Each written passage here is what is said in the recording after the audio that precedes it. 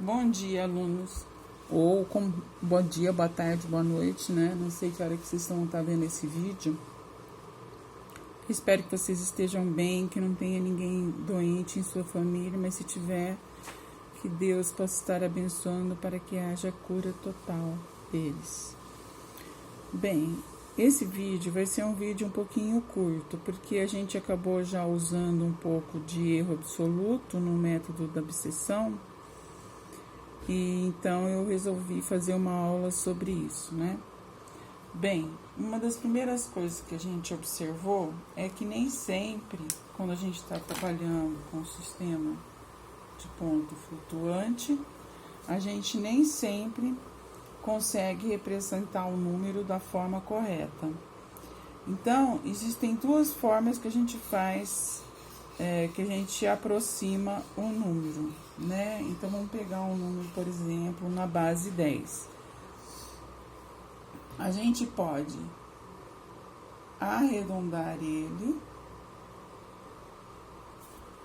ou a gente pode truncar, quando a gente não consegue representar ele no valor dele certo.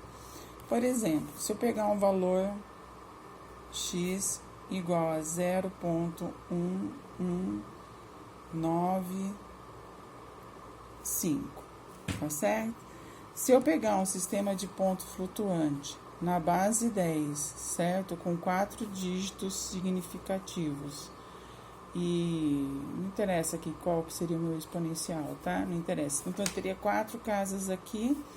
Então, esse número aqui, ele é representável nessa base aqui, uma vez que ele pode ser representado por 0,195 vezes 10 elevado a 0, certo? Então, ele é representado nesse sistema de ponto flutuante,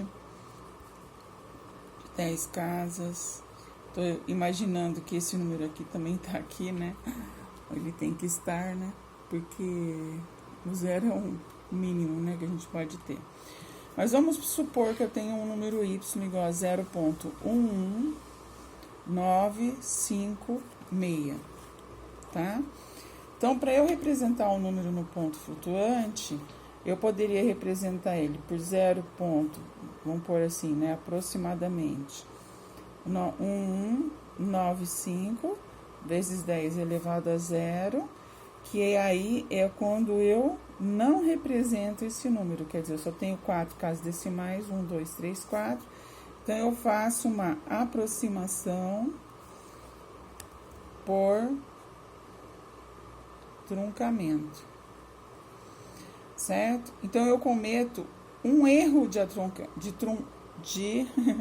um erro por essa aproximação, tá? Então, eu cometo um erro. Vou chamar aqui de y-til. Então, meu erro seria o quê? O y-til menos o y, tá certo? Então, eu tenho um erro aqui de truncamento. Agora, se eu pegar esse mesmo número, tá? E representar ele, vou chamar de 1 aqui, né? E aqui por outro número. Em vez de eu fazer aproximação por truncamento, eu fizer por arredondamento. O que é arredondamento?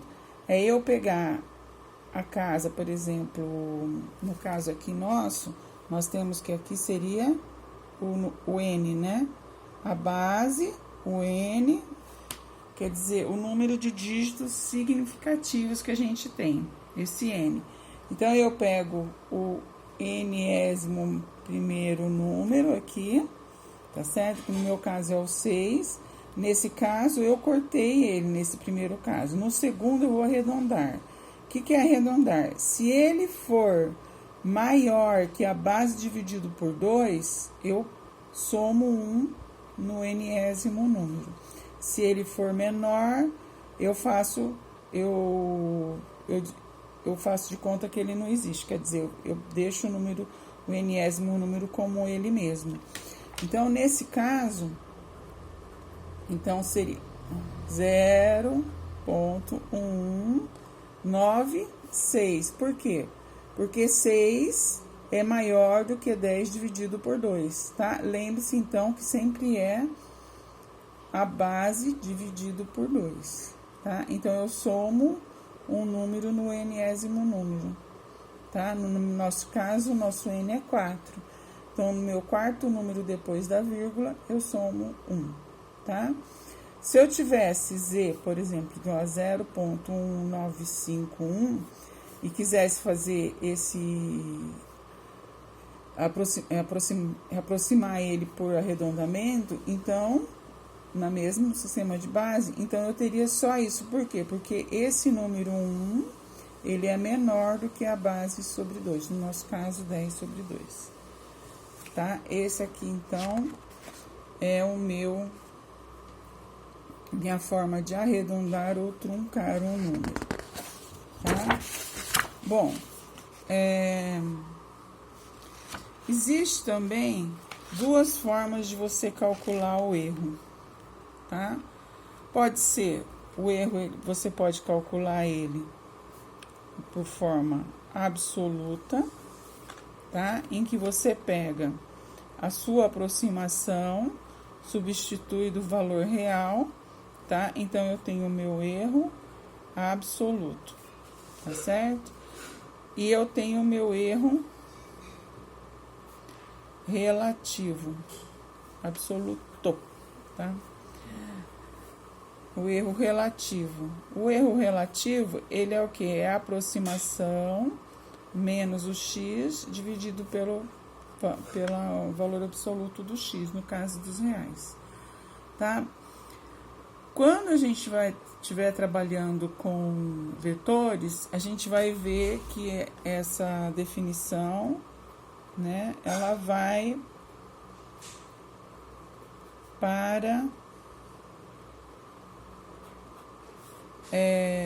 em vez de ser valor absoluto, vai para norma, tá? Que é uma medida que a gente tenha. Então existem vários tipos de norma, que é uma forma da gente medir a distância entre dois vetores, né? Então, aqui vai para isso, e o erro relativo vai para a norma da diferença dos vetores para a norma do valor correto, tá? Então, é isso. Na próxima aula, então, a gente vai trabalhar a gente vai corrigir os trabalhos que a gente fez.